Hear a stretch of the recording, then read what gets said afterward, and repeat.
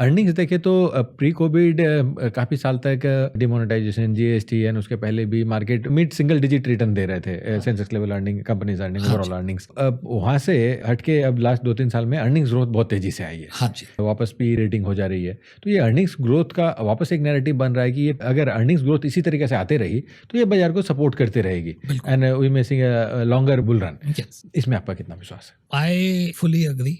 मेरा मानना है कि as a fundamental investor market return has to be linked to earnings growth. And आपने बिल्कुल ठीक बोला, 2012 से 20 तक अर्निंग ग्रोथ नहीं आया था।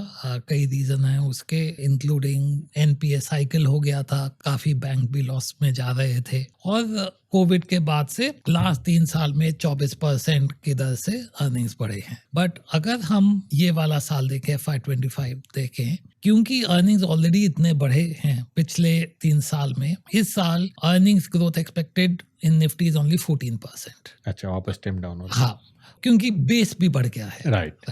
इन्वेस्टर्स को भी इसका ध्यान रखना है, क्योंकि पिछले 2 साल में 24% पे अर्निंग्स ग्रोथ हुई है, इसका ये मायने नहीं है कि अगले 2 साल भी 24% पे ही ग्रोथ हो। राइट। और मेरा मानना है कि मार्केट रिटर्न हमको अर्निंग्स ग्रोथ के मुताबिक एक्सपेक्टेशन रखना चाहिए। उससे ज़्यादा मिल गया तो इट इज़ लक। बोनस लग तो इस साल अगर 12-14% अर्निंग्स ग्रोथ का एस्टिमेट है, one should expect that magnitude of return.